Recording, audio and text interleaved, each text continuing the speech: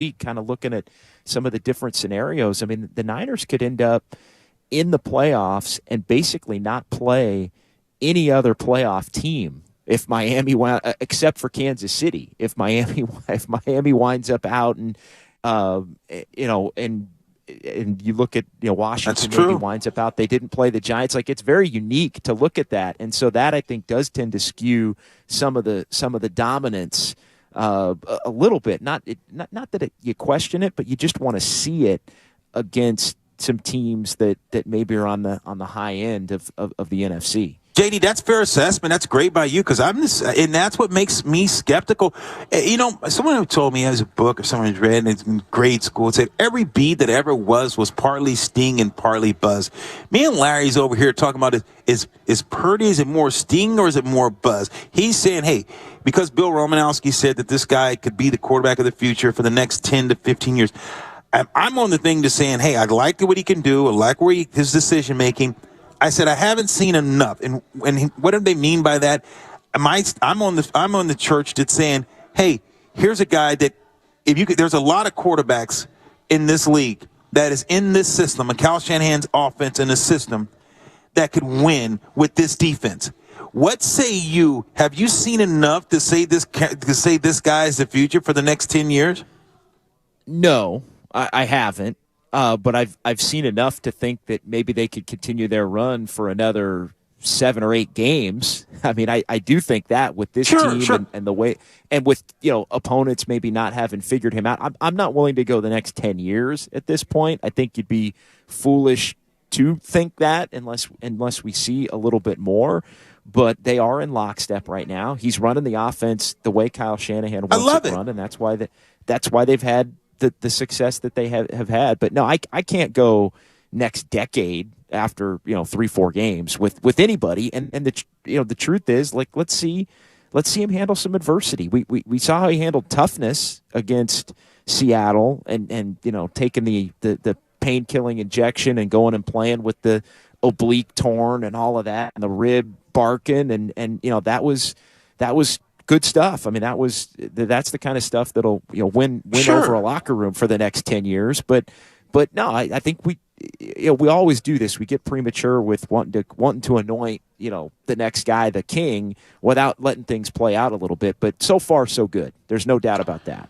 Yeah, no, he's playing well. I mean, he's playing really well, and it speaks for itself. The performances speak for themselves. He's playing great. It really has been incredible to watch. And to me, I don't know what's most incredible. The fact that he came off the bench against the Dolphins, didn't know he was going to play, and they sent just a bevy of exotic blitzes at him and just threw the kitchen sink at him, and he was fine.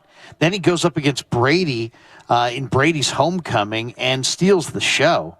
Then he goes up to Seattle in a week where he doesn't throw a pass all week and was under tremendous pain, and they said they weren't sure if he's going to be able to go. And then he played that kind of a game where he's 11 for 11 and was in total command and just really looked good in hostile territory.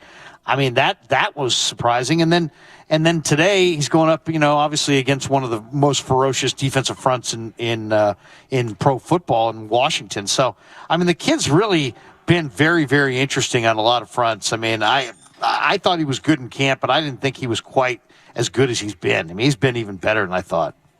No, he has. There's no question, and today will be a test, and then we'll move forward. I mean, we're going to get a couple of more weeks of this to really try and understand. I don't think we really know yet what his weaknesses are because nobody's been able to make him struggle, and I think how he adjusts to whatever, it's like we always knew Jimmy struggled with the linebacker dropping, right? And he didn't see it, and he'd throw it right to him over the middle. And like we don't know what that part of Purdy's game is. What is the, because everybody's got something, right? That they're not, even Tom Brady, it's the, like a lot of guys, it's the pass rush. It's 4 that can get home, and then if you can cover and he'll get rid of the ball quickly, but then you can tackle him for 3-yard gains. But if you can get even Brady with front fours we've seen in some of the Super Bowls and some of those playoff losses, that can be something that can at least slow him down. We haven't seen anybody really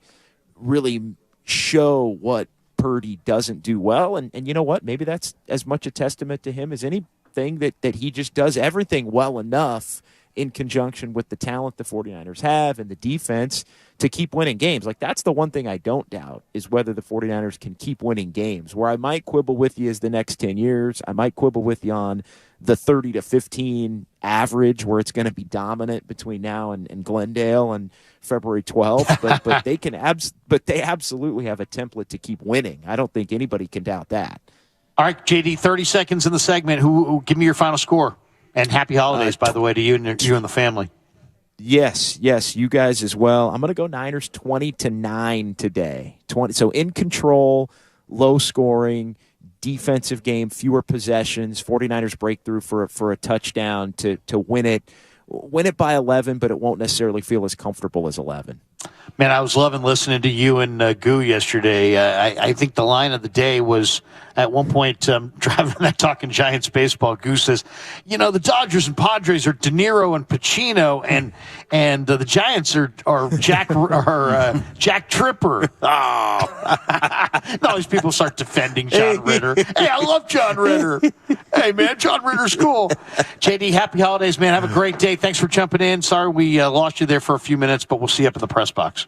Yep, no problem. We'll see you over here. Cheers. John Dickinson joining us from across the street where the 49ers take on the Commanders. All right, we're going to take a break. Up next, I caught up with Nick Sikel, who's inactive. He's on the inactive list this week, but I thought it was interesting listening to him describe his rookie year and describe Brock Purdy, his roommate, and their Christmas card, which has gotten a lot of play this week. So we'll hear a little bit from Nick Sikel, and then Lo and I will go with our keys to victory. What gets the Niners over today against the Commanders? We got more straight ahead on 95.7 The Game. So, how's your research going? Surprising. After I figured out the top-rated TVs in our price range, I went shopping for deals. And who's the best? It wasn't the internet, and it wasn't the warehouse club. But? It was video only. They had better deals on the Samsung, LG, and the Sony TVs that got the highest scores. Better than online and at the club? I know! Video only beat them all. And now we can afford an even better model for the same price. My research really paid off. If we buy it video only. Exactly. Otherwise, we'll be sorry. At Video Only, you won't find huge stores with refrigerators or microwaves, but you will find the best deals on top-rated TVs, soundbars, and monitors. Shop around. Just make sure you visit Video Only, because if you don't, you'll be sorry. In Mountain View, San Mateo, Union City, Dublin, and San Rafael. Video Only. 'Twas almost the holidays, and all over the state, not a creature was stirring, except for, Nate. He was panicked, in need of a really good gift. Nate's a procrastinator, if you catch my drift. So off he dashed to the closest store, and there found holiday scratchers galore. Now Nate won't get a lump of coal, unless he burns the holiday casserole. Yes, scratchers from the California Lottery are great, especially for Mr. Procrastinate. So when it's time to get your gift shopping out of the way, try scratchers. A little play can make your day. Please play responsibly. Must be 18 years or older to purchase player claim. Hi, welcome to IKEA and our winter sale. Hi. We've got hundreds of offers on everything from storage solutions to... I'm sorry, did you say hundreds? Yes. I'm still working from home. Anything to help me get organized? Absolutely. Check out our offers on shelving and desks. Ooh, what about mattresses? Yep, those too. Dressers? Sofas? Yes, and yes. I think I need a bigger cart. Visit us at IKEA-USA.com/offers for details. Offer dates may vary. U.S. only while supplies last. Selection may vary by store and online. See store and IKEA-USA.com/offers for complete terms. Restrictions apply. Christmas time is here, and so are all the greatest deals on power tools at Fasteners Inc. Tool Outlet. Enjoy 12 days of deals on all your favorite brands starting December 12th. Grab free batteries with tons of Makita products and more of this year's greatest deals. Save $100 on a Makita 18-volt rear handle circular saw and take home 2 free batteries to top it off. Stop by Fasteners Inc. at 2897 Monterey Road, December 12th through the 24th, or shop online at fastenersinc.net. Ray Magliozzi here for eBay Motors. Okay, easy now. You're teaching a kid how to parallel park. Ouch! Turns out he likes to do it by feel. Don't worry, eBay Motors has bumpers, taillights, trunk lids, license plate holders, 122 million parts. Pull up just a little bit. And headlights.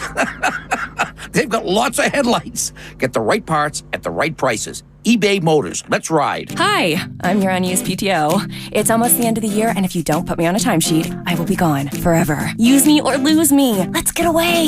It's getaway time. Get our best deals of the season on a new Hyundai. It's your journey. Own every mile at the Hyundai Getaway Sales Event. Now get 0% APR, 0 payments for 90 days, and $500 bonus cash on select vehicles. Hurry to your local Hyundai dealer now during the Hyundai Getaway Sales Event. Offer ends 1/3/23. Call 1-562-314-4603 for complete offer details. What's the matter, Kate? I think John is cheating on me. Why? He claims to suddenly have ED, but he used to be an animal. Oh, maybe he has low testosterone, a normal part of aging. Ken had that problem, and at Balanced Medical Solutions, they ran labs and evaluated him for only $99, and he found a solution that revived him completely.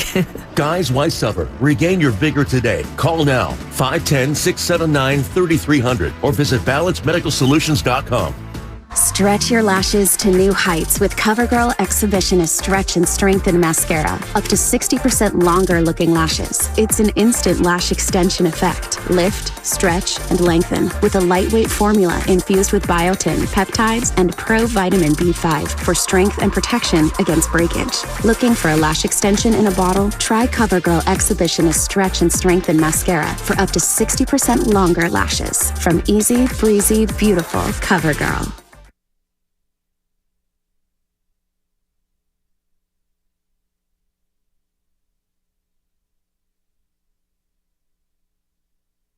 Now back to the Kickoff Show with Larry Kreuger and Lorenzo Neal on 95.7 The Game. Sponsored by Jim Beam Bourbon Whiskey. Taste the world's #1 bourbon. And by Harris Ranch Beef. Legendary beef, legendary quality. And thank you, Jim Beam, and thank you, Harris Ranch Beef, for sponsoring the Kickoff Show. Larry Kreuger and Lo Neal down here at the Santa Clara Hilton. And we'd like to thank, of course, our engineer Brian and Cam back at the in the city there at 95.7 The Game, helping us get off the ground. We had a little power outage there for a minute, so we were off the air for just a second.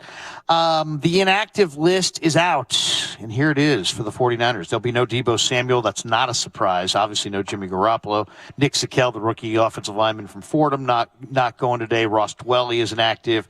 The interesting names are on the defensive line. Kerry Hyder, Drake Jackson, and Kevin Givens, all not going today. Jackson is a little bit of a surprise. So that means that the Niner defensive front, which is, their number ones are Ebukam, Kinlaw, Armstead, and Bosa. They're in there today.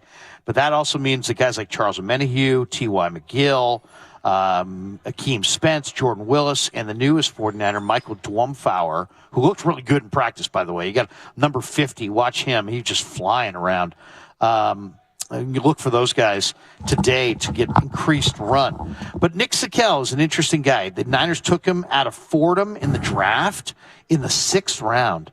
And, this is one of the what's going on with the 49ers is such an interesting thing. They had 13 Pro Bowlers this year between starters and alternates. But what's really interesting is they've got this whole underbelly of young developmental players that are going to be good football players that are just practicing and getting better. Tay Martin, Danny Gray, Nick Sikel, Jason Poe, Marcelino McCrary Ball. There's just a number of young players on both sides of the ball that are going to be good football players in a year, and they're developing. And Nick Sikel's one of them. 6th-round pick out of Fordham. He's Brock Purdy's roommate. I caught up with him earlier this week down here in Santa Clara. All right, we're here in the Niner locker room with Nick Sikel, Niner rookie out of Fordham. Nick, good to see you, man. This is the first time we've had a chance to talk to you. How's your year gone so far? Yeah, it's going really well. I'm kind of excited to kind of get here, get better every day, get along with the guys. It's a great group we got in here. I think you can see by the success we've had on and off the field. So I think that's something that I'm really hoping that we keep going into the postseason. Yeah, I saw your college film at Fordham, and you were just destroying guys. And I'm just kind of wondering, it's a major step up. It's not the SEC. How has been this, from what you've noticed going to camp and practicing against NFL players, what was the step up from Fordham to the pros? Yeah, I definitely think it's the skill level of the players, of the guys, and then also just kind of the overall speed of the game. I think those are two things that I think you really got to get used to. And also I just think the offense as well. I think you play O-line. It's different here than it is in college. Like college, you can get away with a lot of stuff just because the guys aren't as good. Here, you have to be really technically refined and all of that. So that's something you got to keep working on. Chris Forster is considered one of the better offensive line teachers in the league. What's it been like to play under Forster this year? Oh, it's great. Sifo is a great guy. I'm really happy to be learning under him. I think that I've learned so much about not even just O-line, but just football in general, just by kind of being in meetings and really just kind of listening to all his coaching. So that's something that I'm really excited about and looking forward to the future. It's getting better and better.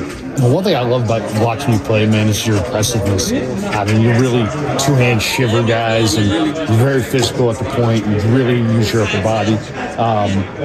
What would you say is the strength of your game in your mind coming into the league, and where do you need to improve? Yeah, I definitely think play strength is something that I used a lot in college. That led to my success. But I think also going forward, I think just, again, as I said before, like that technique refinement, that's something that you need to really be successful at this level. So I think just kind of getting better and better, just reps on reps on reps, just kind of really practicing more and more. And I think that's as time goes on, I think that improvement will show. Tell us a little bit about yourself. Where are you from? I'm originally from Cleveland, Ohio, a suburb called Kreuger Heights. Yeah, been there. Browns fan growing up? I was very bad. Is there a guy that you? Joe Thomas. Yeah. Joe Thomas, just because of that longevity. You know, guys would have QB jerseys, but that would last maybe a max of 2-3 years. So that was something that you could always rely on a Joe Thomas jersey. Yeah, to be there. Now, what was draft day like for you? Where were you on draft day? I was at home with my family. Just kind of really surreal. Just kind of it was the beginning part was kind of tough just because just that waiting, just kind of waiting for that call, waiting for that opportunity. Then once I got it, once John and Kyle called, I think just kind of just overjoyed and just all the happiness that kind of washed over you. And then it's kind of after that you kind of realize, okay, now it's time really to get to work. Did you know the Niners had interest before the draft? Yeah, they were one of the few teams I think that I figured would I had a chance of being picked by. You are a guy I think that can play multiple spots, but where do you feel most comfortable and where do you see yourself? I see you as a 10-year starter in the NFL. I know that's coming for you, man, but it's not going to be this year. But where do you think you're more comfortable at center, guard, tackle? I know you got experience. I think anywhere on the interior. I think it's kind of been playing mostly guard this year. I think that's something that I'm getting more comfortable with as the days go on. I'm able to get those reps under me, and that's something that I'm really excited about kind of going forward. Now, you're not going to play this week, but do you go about each game plan like you're going to play? I mean, are you studying Washington, Deron Payne, and their Jonathan Allen and their D-line like you're going to be playing on Sunday? What's your prep this year like? Definitely. I think it can be tough in a way to, even though you're not really going to be able to get in there, get an opportunity, but I just think that's something that every week you got to prepare like I'm going to start. I'm going to play every single snap just because that when that opportunity comes, you want to be able to hit the ground running and be able to kind of be all with the assignments, be with the techniques and all that. And it's something that I'm really trying to emphasize each week, watching the film, getting prepared as if I'm going to be a starter in the game.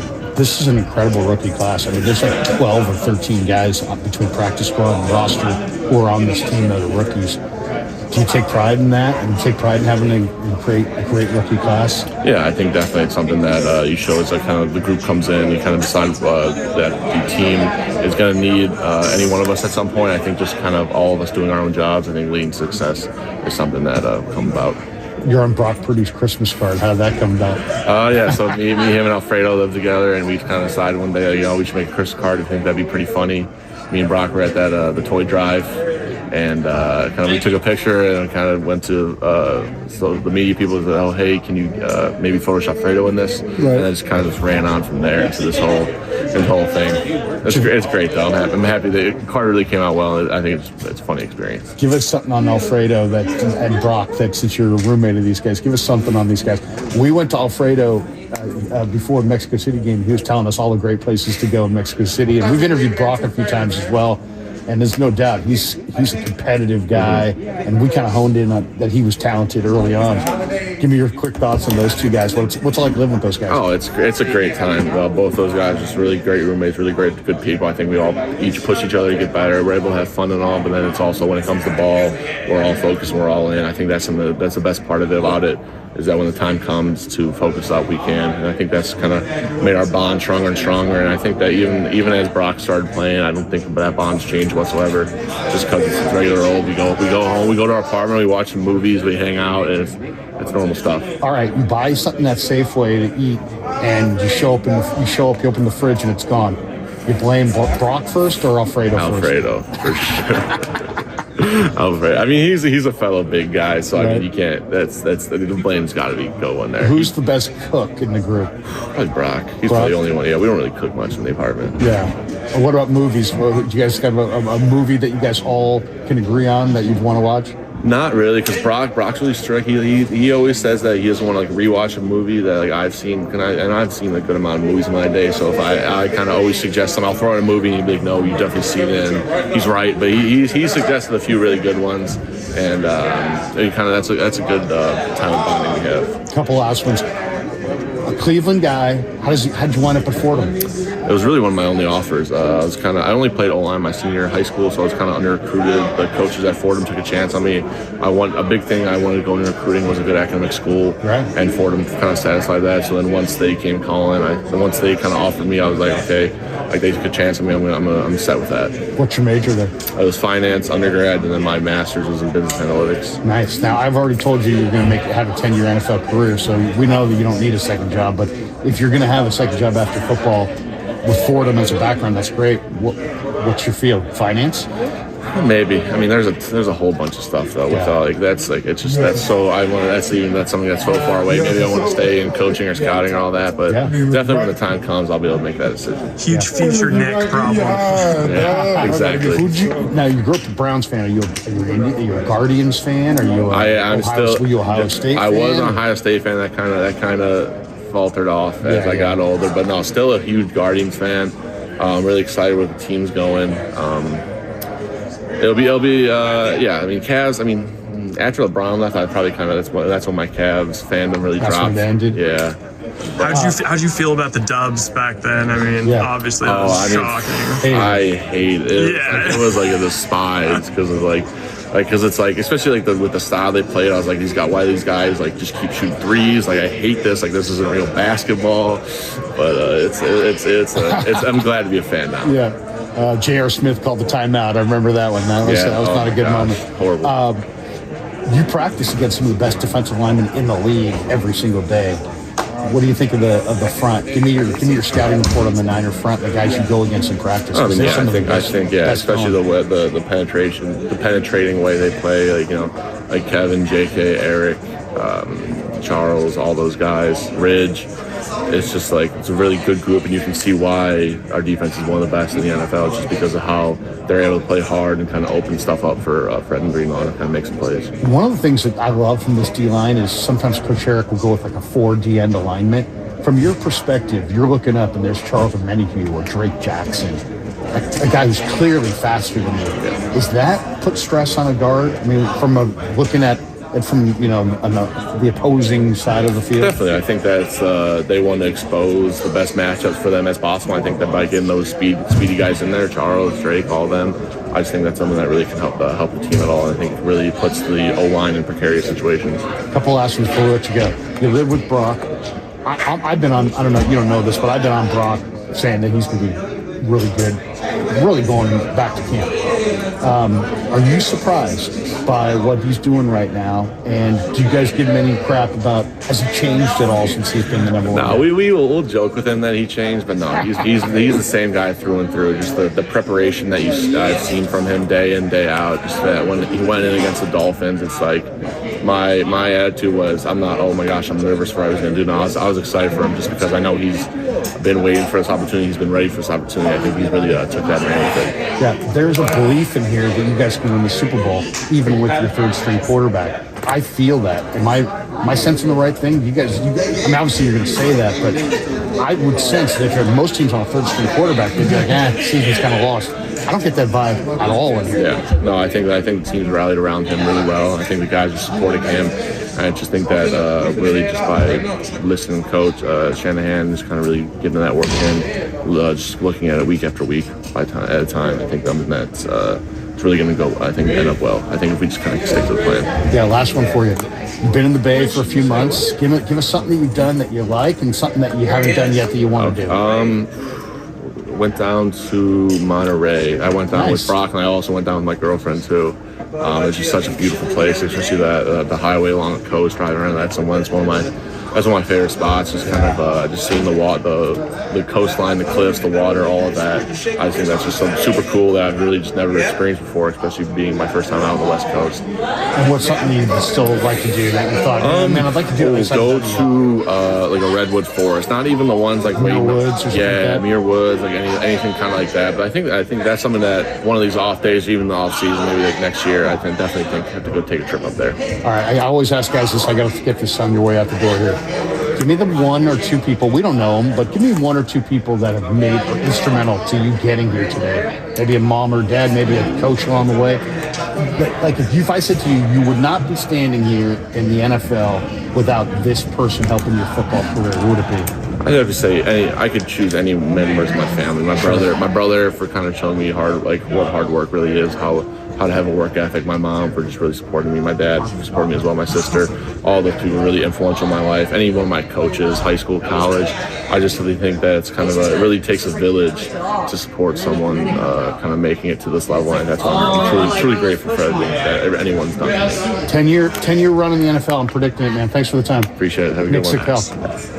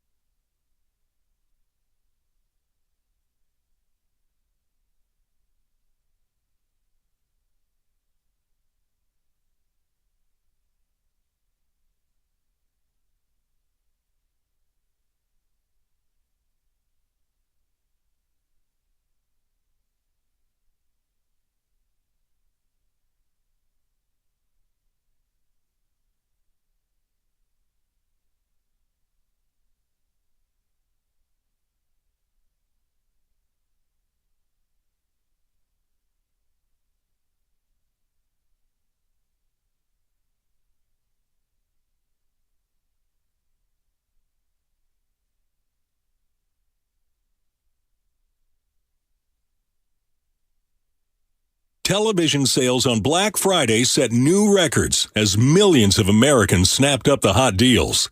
But a lot of people were out of town or too busy to take advantage of the special pricing. So, how about a redo? Right now, you've got a second chance to save big on